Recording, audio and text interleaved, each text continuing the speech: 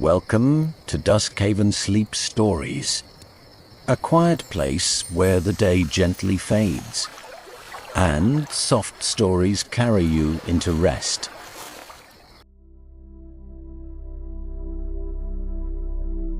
Hello, welcome back, or welcome if this is your first time here. Either way, you arrived at the right moment. You always do, even when it doesn't feel that way.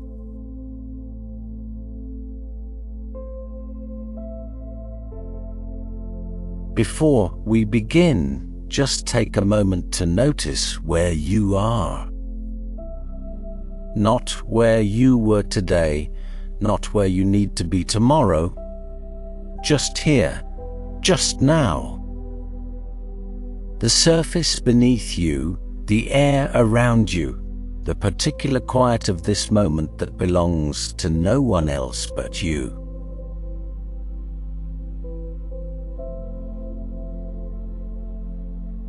Let your body be exactly as heavy as it is.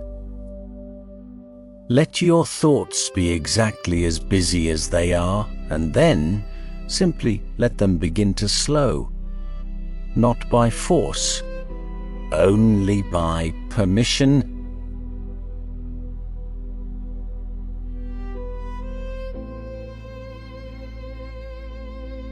Take one long breath in.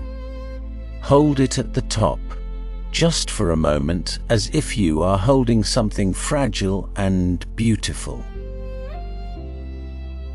And then let it go, all the way, completely.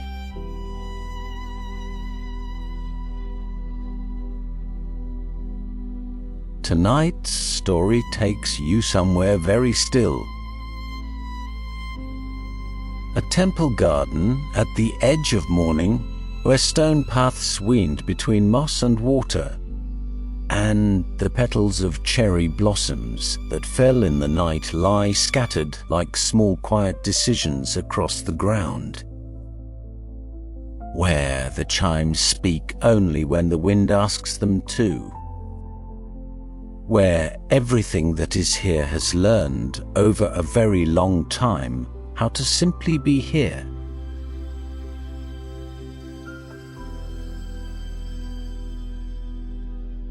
There are things this garden knows that are worth carrying home. Tonight it will share them with you. Let's go.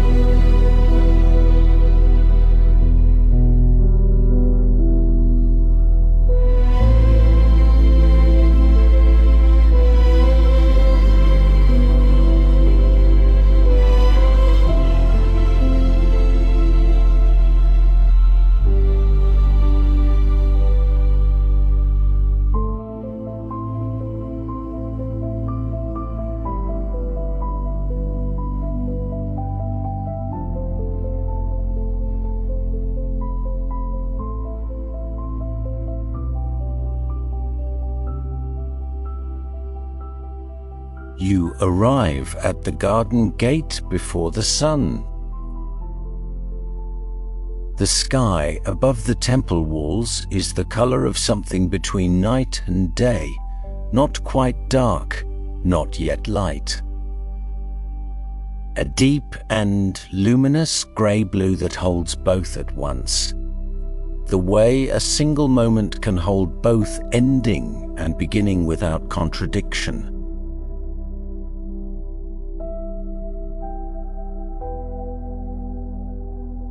The gate is old. Unpainted wood, weathered to the color of driftwood, its grain raised by years of rain and sun into fine ridges that your fingertips find as you push it gently open. It does not creak. It swings in silence, as though it has been waiting for exactly this, not for you specifically, but for whoever needed to arrive this morning and today that is you.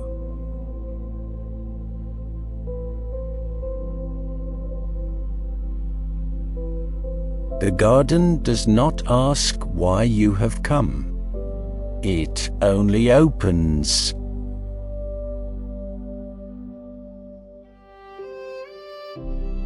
You step through. The stone path begins immediately. Flat stones of pale grey granite, irregular in shape, but fitted together with great care.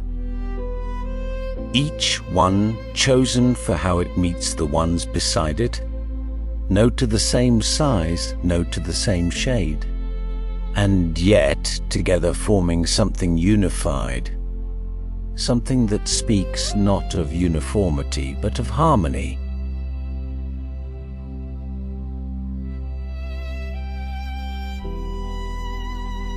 This is the first thing the garden teaches, without saying a word, that things do not need to be the same to belong together.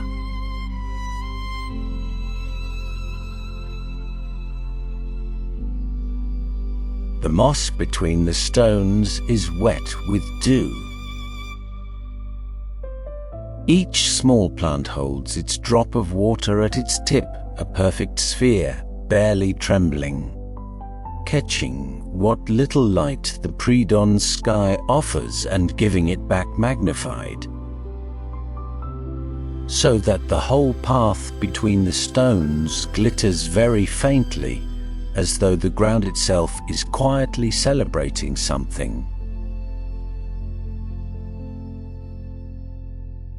You walk slowly, each footstep deliberate, each stone chosen with attention. Not because you are afraid of slipping, only because something about this place asks for slowness, asks for the kind of walking that is also a form of paying attention, a form of respect for the ground you are crossing and the morning you have arrived in.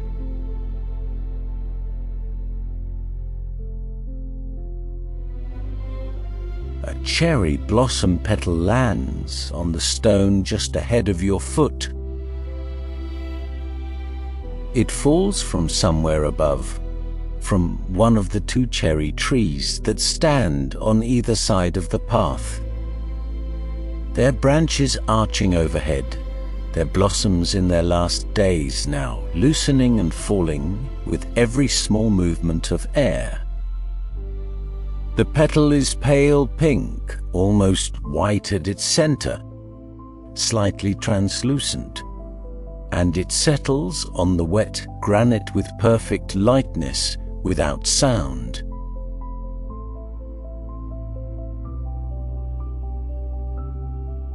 You stop and look at it. This petal did not fight its falling. It simply released when it was ready and fell exactly where it fell. And now it rests exactly where it rests. And it is beautiful precisely because of all of that, because of the releasing and the falling, and the resting without resistance.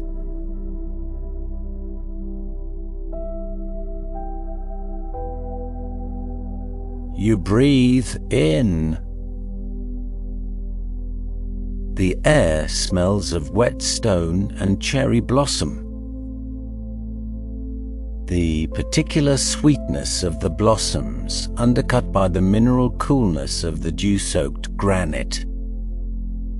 Two entirely different things meeting in the air and becoming something neither of them could be alone.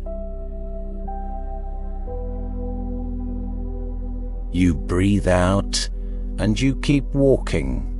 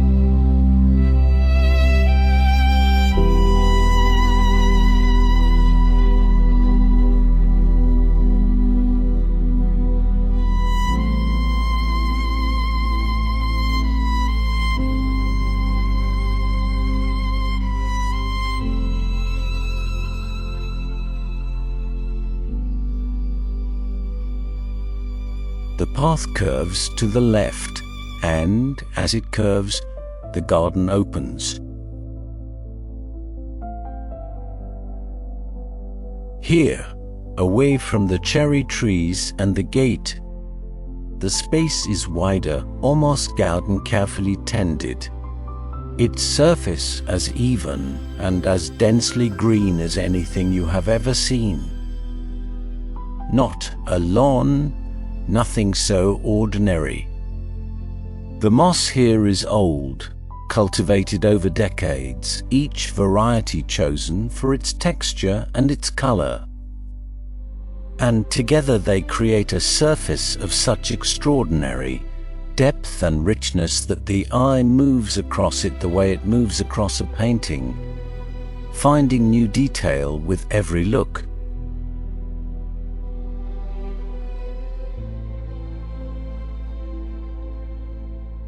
Pale green in some places, almost silver. Deep emerald where the shade is heaviest. One small patch the color of new growth in spring, the kind of green so vivid it seems lit from inside. And across it all, dew.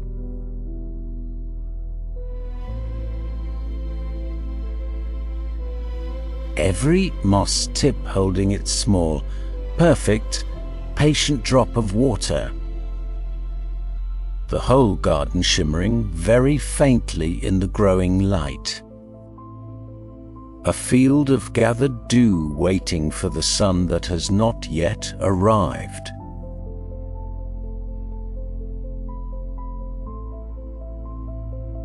Patience, the moss says, without saying anything.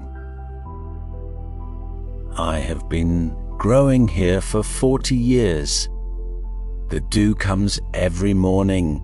The sun always follows. I do not hurry any of it.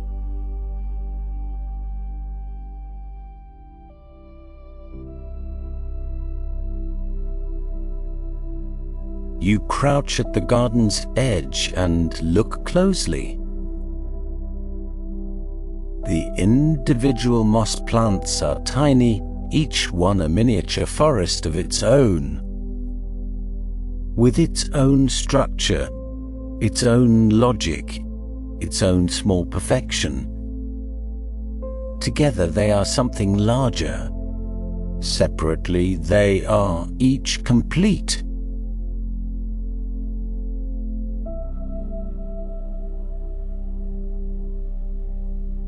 you think of yourself.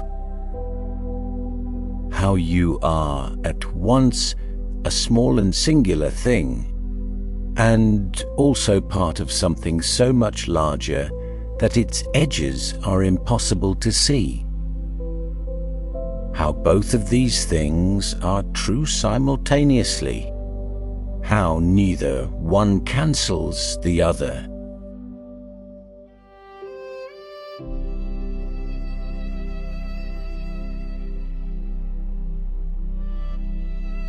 You stay crouched for a while, just looking. This is a skill the garden is teaching you without any instruction. The skill of looking at something small for long enough that it becomes large.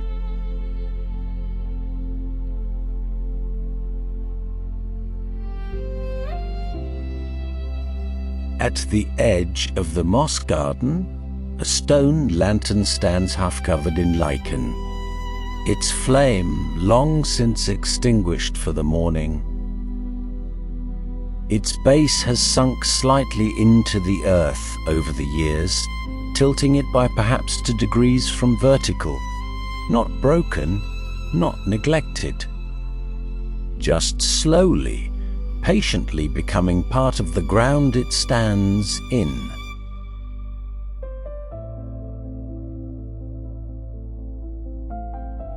Things that last do not resist the earth. They learn to lean with it.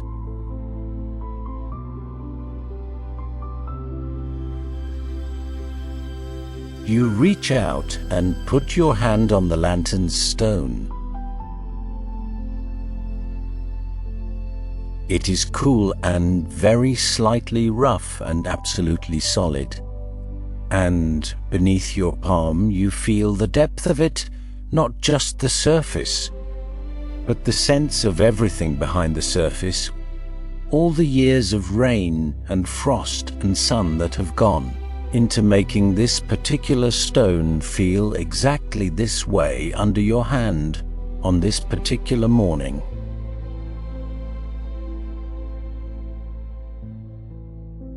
Something in you settles, not into sleep, not yet.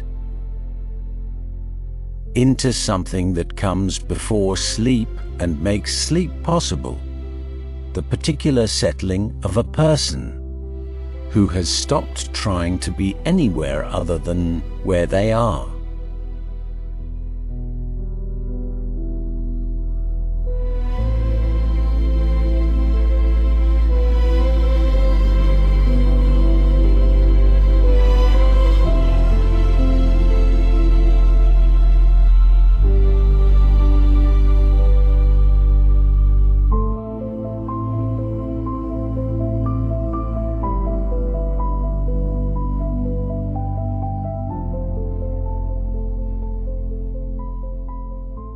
You find the water basin at the center of the garden.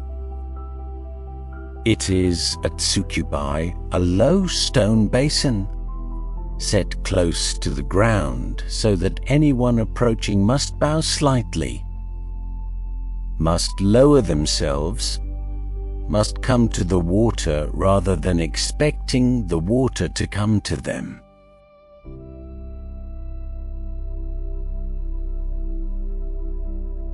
The garden's third teaching: there are things in life toward which the only right posture is humility. Not because you are less than they are, but because lowering yourself to receive something is itself a form of grace.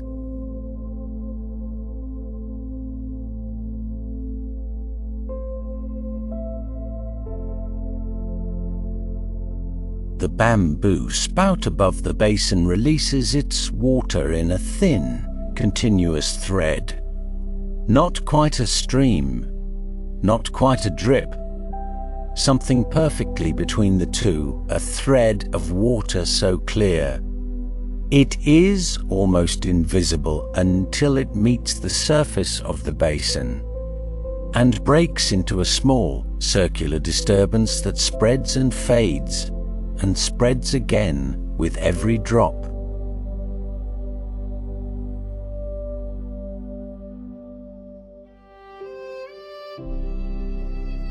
You crouch before the basin, you watch the water. The surface of the basin is never still, always receiving, always in motion, always being disturbed and settling and being disturbed again. And yet it is always full. It does not overflow dramatically. A small channel at its lip allows the excess to flow quietly away. And so the basin maintains its level always, neither depleted nor overflowing.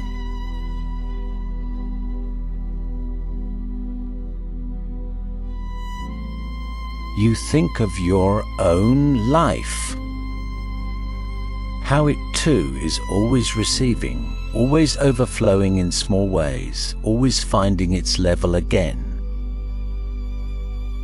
How fullness is not a destination but a state of continuous, gentle management, taking in, releasing, taking in again.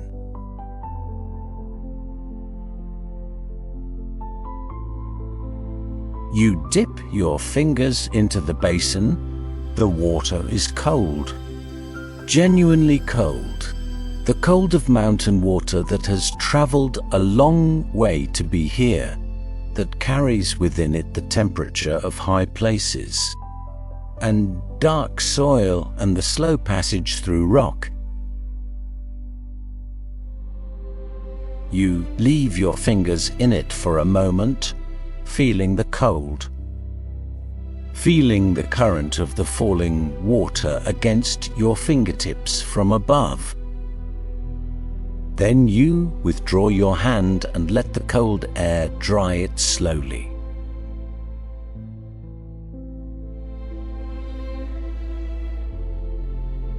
The light is changing. The sky above the temple walls has shifted, not sunrise yet, but its preparation. So pale grey-blue lightning in the east, the suggestion of warmth entering the sky's color. The first intimation that the sun is coming and the night is finished. And another day is about to begin its long patient arc from one horizon to the other.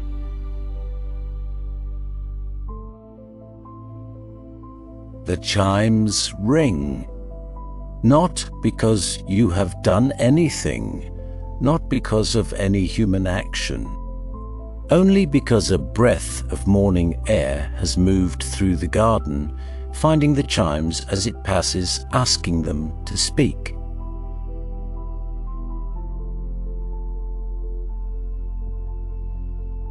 They speak, one note, then two, then silence.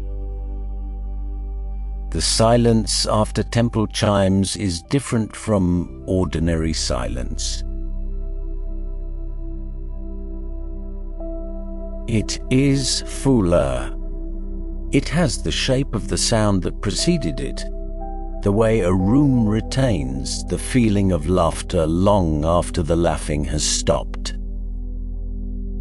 You sit in that silence and let it be full. You do not need to fill every silence. Some silences are already full of things you cannot see.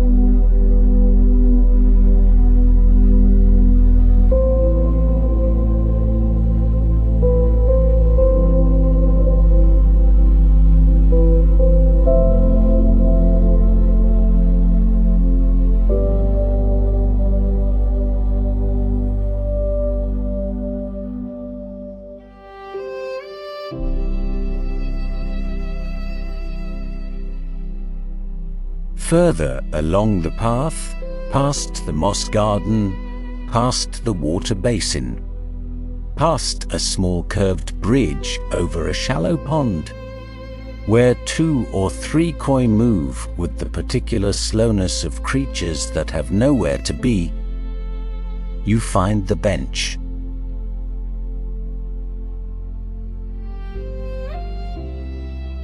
It is stone. Of course it is stone. Everything in this garden is stone, or wood, or water, or living green. And each material is exactly what it is and nothing more, and that exactness is its beauty.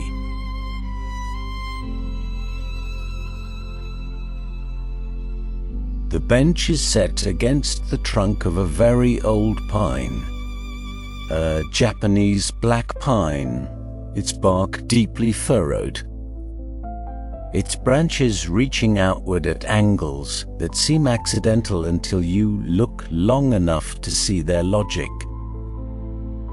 The way each branch reaches not where it wanted to go, but where the light was year after year. The tree's whole life a patient negotiation with the available light.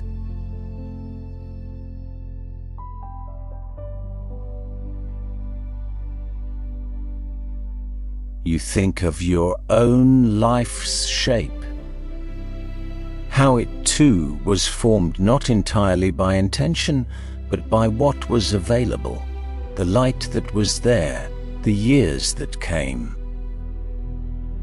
the circumstances that asked you to grow in this direction rather than that one. How the shape that resulted is not a failure of the shape you planned.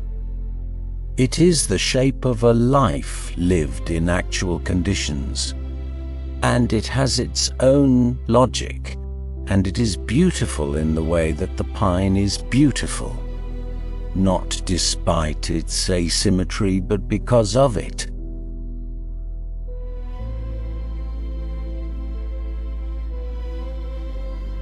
You sit on the bench. The stone is cool beneath you. The pine above makes its particular sound, not quite a rustle, not quite a sigh. The sound of pine needles in a gentle wind, dry and soft and very slightly resinous. A sound that has a color to it. If sounds can have colors, the color of green-gray, of altitude, of patience.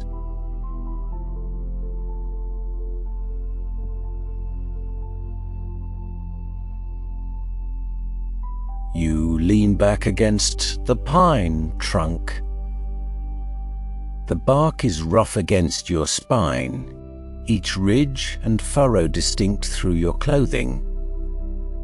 The tree's texture pressing gently into you, not uncomfortable, grounding, anchoring.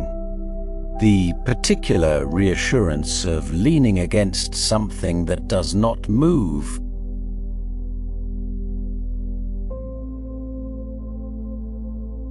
You are allowed to rest on something stronger than yourself. This is not weakness. This is how living things survive, by knowing what they can lean on.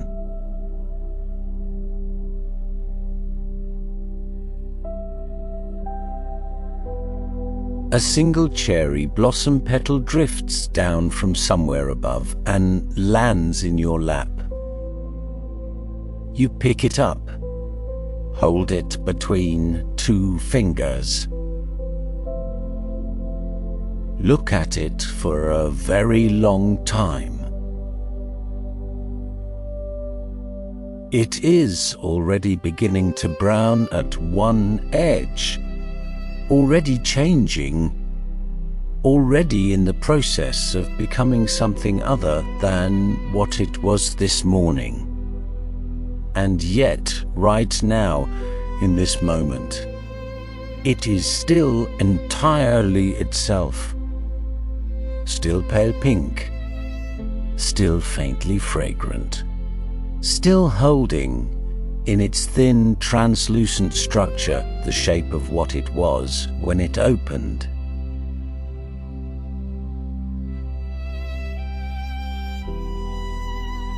This is the truth about impermanence that the garden has been trying to tell you from the moment you walked through the gate. That things do not become less beautiful because they are passing. They become more so. The petal is not diminished by its browning edge. It is completed by it.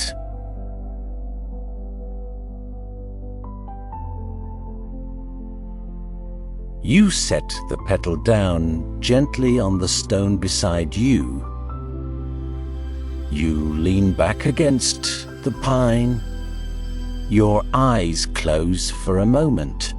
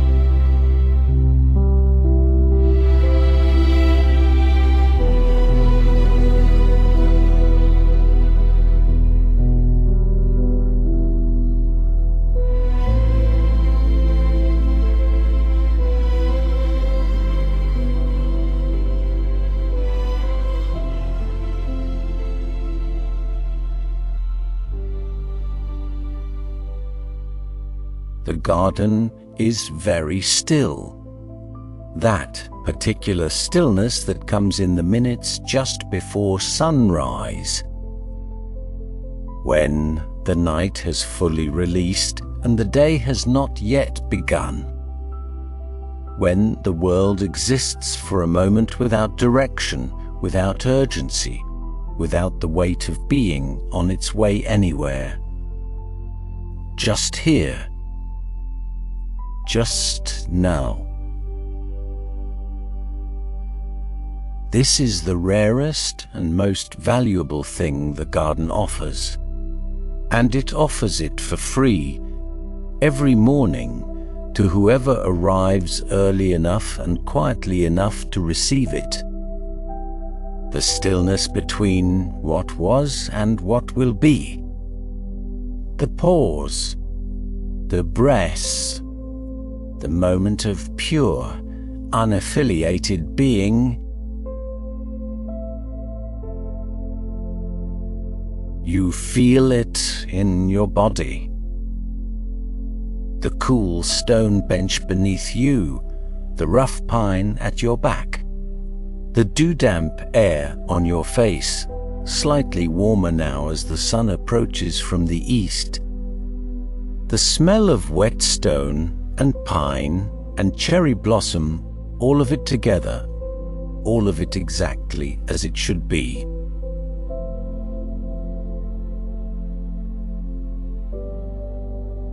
Your hands rest in your lap, open, not holding anything.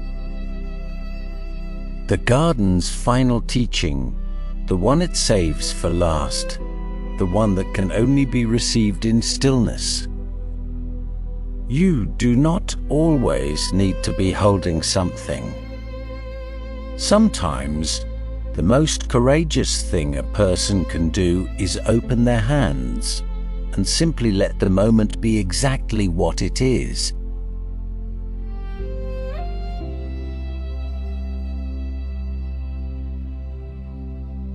You breathe in, the garden breathes with you.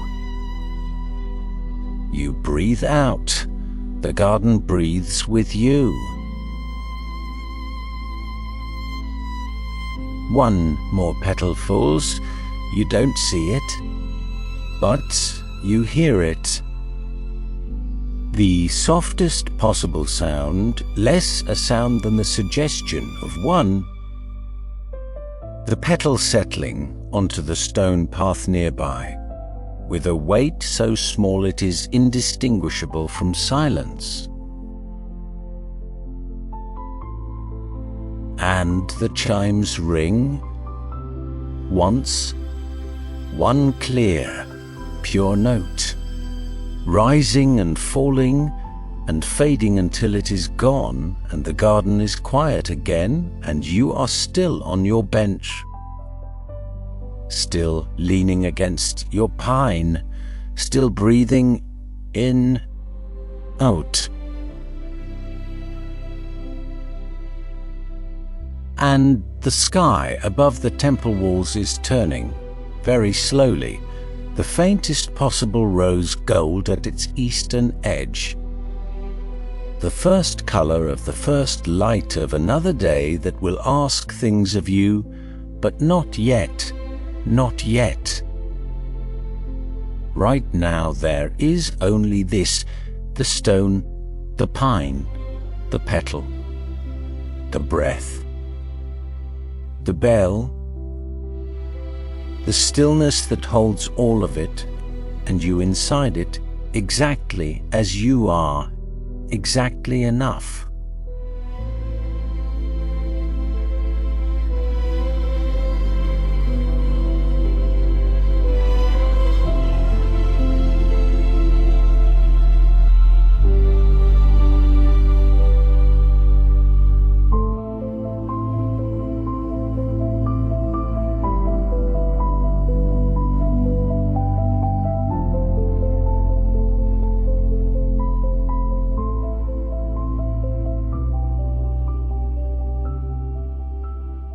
Stay there as long as you need, on that stone bench under that old pine,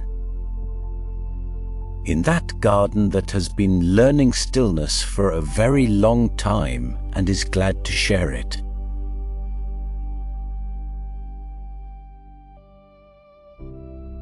Feel the weight of your body.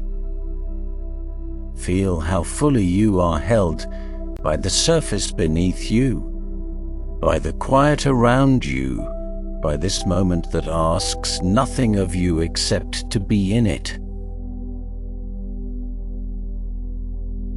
Let your breath continue on its own, in and out, and in again, without any effort from you at all.